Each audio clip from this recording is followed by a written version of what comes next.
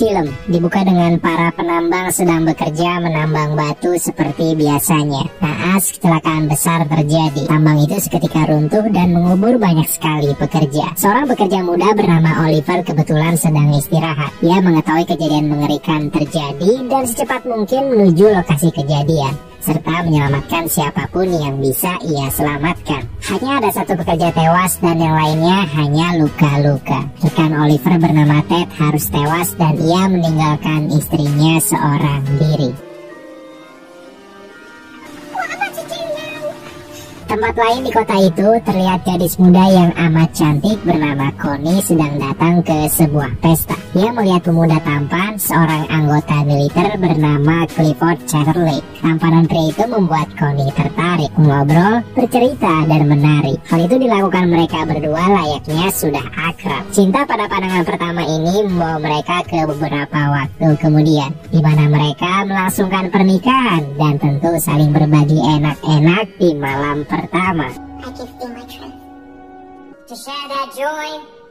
Singkat cerita, peperangan meletus di negara itu. Siapapun pemuda diwajibkan untuk ikut berperang. Clifford dan Oliver berada dalam satu pasukan. Dalam peperangan itu, nasib buruk menghampiri Clifford. Ia tertembak kakinya, namun tak sampai merenggut nyawanya. Usai peperangan, Clifford diantarkan para prajurit untuk pulang. Connie menyambut kedatangan suaminya dan mendapatkan kabar kalau suaminya sekarang lumpuh dari pinggang ke bawah. Connie tak menunjukkan raut wajah sedih, berpikir kalau suaminya itu bisa sembuh dan akan membawanya ke dokter terbaik di kota itu. Tapi Clifford meminta tak usah repot-repot karena dirinya sudah lumpuh permanen. Connie berusaha tegar dan tetap tersenyum di depan suaminya. Apapun yang terjadi padamu, aku akan tetap mencintaimu. Ia lalu keluar dan langsung menumpahkan air matanya. Kejadian ini akan membuat mereka benar-benar hancur. Ketika itu terjadi, suara letupan pistol terdengar dari dalam. Terlihat kalau Clifford berniat mengakhiri semuanya. Connie secepat mungkin mencegah tindakan nekat suaminya.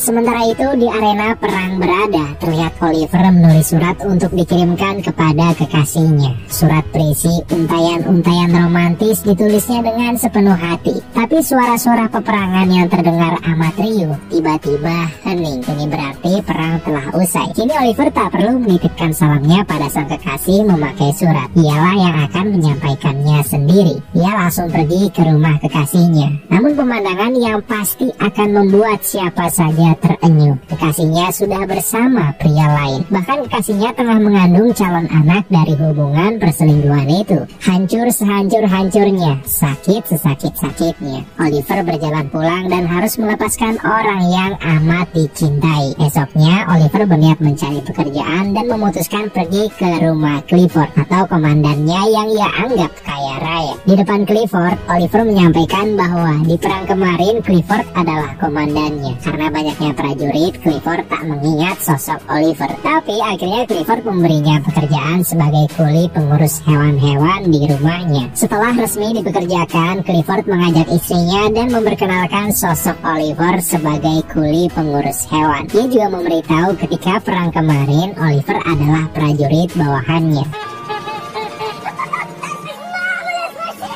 Besoknya ketika bangun tidur, Clifford ingin pergi mandi. Namun karena keterbatasannya menarik perhatian orang-orang termasuk para pelayan. Seorang pelayan senior meminta Colin tak usah khawatir karena ada pelayan yang akan memandikan suaminya. Akhirnya seorang pelayan muda bernama Bolton memandikan Clifford. Ketika proses memandikan itu, Connie mendengar keduanya akrab dan takut terjadi sebuah skandal. Dia pun berbicara empat mata pada Clifford dan menyampaikan kekhawatirannya. Suaminya itu pun memberitahu bahwa tak ada yang perlu ditakutkan. Bolton hanyalah pelayan dan mana mungkin aku selingkuh dengannya. Setelah itu, Connie akan melihat pekerjaan yang dilakukan Oliver sekaligus memberi sebuah kunci cadangan kamar Oliver. Sampainya di sana, Oliver sedikit kaget karena Connie hanya sendirian. Bernada marah, ia merasa Connie tak perlu melakukan itu karena nanti bisa timbul gosip yang tidak-tidak. Terjadi sedikit cekcok yang membuat Connie pergi dari sana. Kemudian karena merasa tak enak pada Connie, Oliver menulis surat yang berisi permohonan maafnya. Beberapa waktu kemudian terlihat Connie kembali menghampiri Oliver. Pemuda tampan yang tak memakai baju itu tentu sangat menggoda bagi Connie. Connie membicarakan surat permohonan maaf yang telah ia terima dan Oliver tak perlu khawatir soal itu. Soal kejadian kemarin tak akan ia beritahu kepada suaminya karena jika tahu pasti nasib Oliver akan terancam. Lalu ketika Connie akan kembali ke rumah, tiba-tiba hujan turun dengan derasnya. Mereka berdua langsung meneduh ke dalam dengan kondisi yang basah kuyup. Oliver menyalakan api dan berniat menghangatkan tubuh bersama. Tak lama setelah itu, Oliver yang takut kalau Clifford melihat mereka berdua memutuskan pergi dari sana dan memberitahu jika ia tak ingin dipecat. Sesaat kemudian ketika hujan reda, Connie langsung pergi dari sana. Malamnya karena tadi siang sudah basah melihat ketampanan Oliver, Connie meminta enak-enak dengan suaminya. Ya walau tak bisa digesek mungkin bisa pakai tangan. Tapi Clifford tak berhasrat dan berkata ia sudah lelah serta ingin tidur saja. Paginya dokter panggilan Connie datang. Dokter berencana untuk mengobati Clifford dengan menyetrum kakinya agar sarafnya mungkin bisa aktif kembali.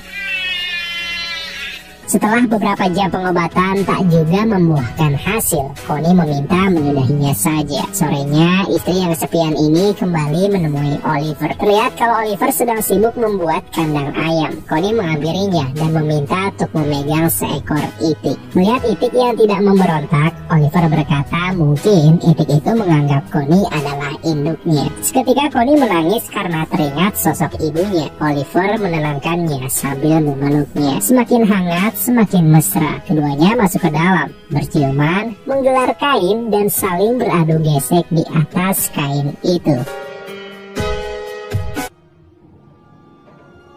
Keinginan Connie melakukan ini semata-mata hanyalah karena suaminya tak pernah lagi memberikan asupan pergesekan duniawi. Esoknya Connie berbicara pada Clifford kalau ia ingin pergi mengunjungi adiknya. Clifford mengiyakan itu dan akan pergi bersama serta mengadakan pesta di sana. Sampailah mereka di rumah Hilda atau adik Connie. Di sana Hilda mengetahui dari gelagat-gelagat Connie kakaknya itu ada main dengan lelaki lain. Connie tersenyum dan meminta merahasiakan hal ini. Ia telah bermain dengan kuli pengurus hewan di rumahnya. Tentu Hilda sangat kaget dan seakan tak percaya kakaknya segila itu. Di pesta, Connie dikagetkan dengan kedatangan teman lamanya bernama Duncan. Seakan telah merencanakan sesuatu, Clifford yang melihat itu meminta Duncan untuk berdansa bersama istrinya dan beralasan ia ingin tidur karena sudah lelah. Di sela itu, karena melihat Connie wanita yang amat cantik sedang kesepian saat ini, membuat Duncan bertanya, mengapa wanita secantik kamu tetap memilih Clifford? Sedangkan banyak sekali lelaki lebih sempurna di luar. Selesai pesta, Connie mengobrol dengan Clifford. Clifford membicarakan tentang anak yang tentu akan menjadi penerus garis keturunan mereka. Tapi karena dirinya lumpuh, hal itu dirasa sangat tidak mungkin. Ia juga memberitahu kalau kedatangan Duncan adalah dari undangannya dan menganggap Duncan yang lebih sempurna serta mapan akan sangat cocok dengan Connie. Connie bisa punya anak dari Duncan, itu ujarnya. Terdengar seperti ucapan orang yang sedang mabuk dari suaminya itu. Connie menganggap Clifford sudah kehabisan akal. Ia pun langsung pergi meninggalkan Clifford sendirian. Ia pulang ke rumah dan memutuskan untuk langsung enak-enak dengan Oliver. Usai sama-sama keenakan, Oliver memberitahu kalau ia takut hubungan ini akan membawa petaka. Tapi Connie, si wanita nekat, menenangkannya. Tak akan ada yang terjadi, tenang saja. Kemudian mereka berdua memutuskan untuk main ke pasar malam, bermain beberapa permainan, dan terlihat kalau keduanya sedang sangat bahagia, berciuman di tengah keramaian, lalu menghabiskan malam yang indah bak sepasang kekasih. Paginya ketika Connie bangun tidur, ia berkaca dan melihat bahwa perutnya membesar. Ini berarti ia sedang hamil. Ia melaporkan kehamilannya pada Clifford. Tentu saja Clifford sangat senang setengah mati. Ia yang menyangka kalau kelumpuhan ini membuatnya tak bisa mempunyai anak, prasangkanya itu salah besar. Kini ialah pria paling bahagia di dunia. Kasihan sekali Clifford. Istrinya sangat tega membohonginya dan tak memberitahu kalau itu adalah anak hasil dari perselingkuhan istrinya. Kabar kehamilan ini juga disampaikan Connie kepada Oliver. Tapi mendengar itu Oliver menjadi sangat tak senang. Dia mengira Connie hanya memperalat dirinya dan memanfaatkan benihnya agar Connie punya anak, sebab suaminya lumpuh permanen. Sambil berkaca-kaca, Connie berkata tuduhan itu salah besar. Semua itu dilakukan karena ia sangat cinta pada Oliver. Tapi tetap saja Oliver marah dan mengira itu hanyalah siasat Connie agar bisa mendapatkan bagian harta warisan Clifford. Akhirnya karena sakit hati, Connie pergi dari sana. Sesaat setelah itu, di luar tempat Oliver terlihat salah seorang pelayan bernama Bolton mulai mencium skandal yang dimainkan oleh Connie. Ia masuk dan tak ada siapa-siapa. Ia menemukan buku catatan harian milik Connie. Dari buku itu terungkap sudah semua lengkap dan runtut tentang bagaimana perselingkuhan yang dijalankan Connie. Bolton membawa buku itu pada Clifford dan melaporkannya.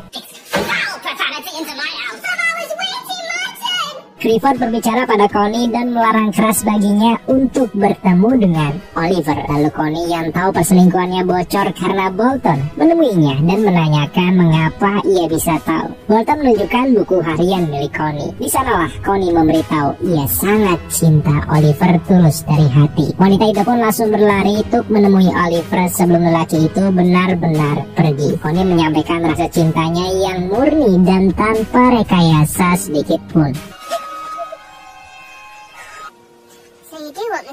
Setelahnya mereka bertekad untuk membangun masa depan bersama dalam ikatan keluarga bahagia. Mereka bertemu Clifford. Oliver menyampaikan kalau Connie ingin segera bercerai. Lalu Connie memberitahu Oliver adalah lelaki yang membuatnya jatuh cinta lagi. Di saat itulah Clifford tersadar dirinya yang lumpuh membuatnya harus kehilangan cintanya. Ia pun ikhlas melepaskan istrinya meskipun itu berat. Connie dan Oliver pergi dari sana ke tempat lain, tempat di mana mereka akan sehidup semati.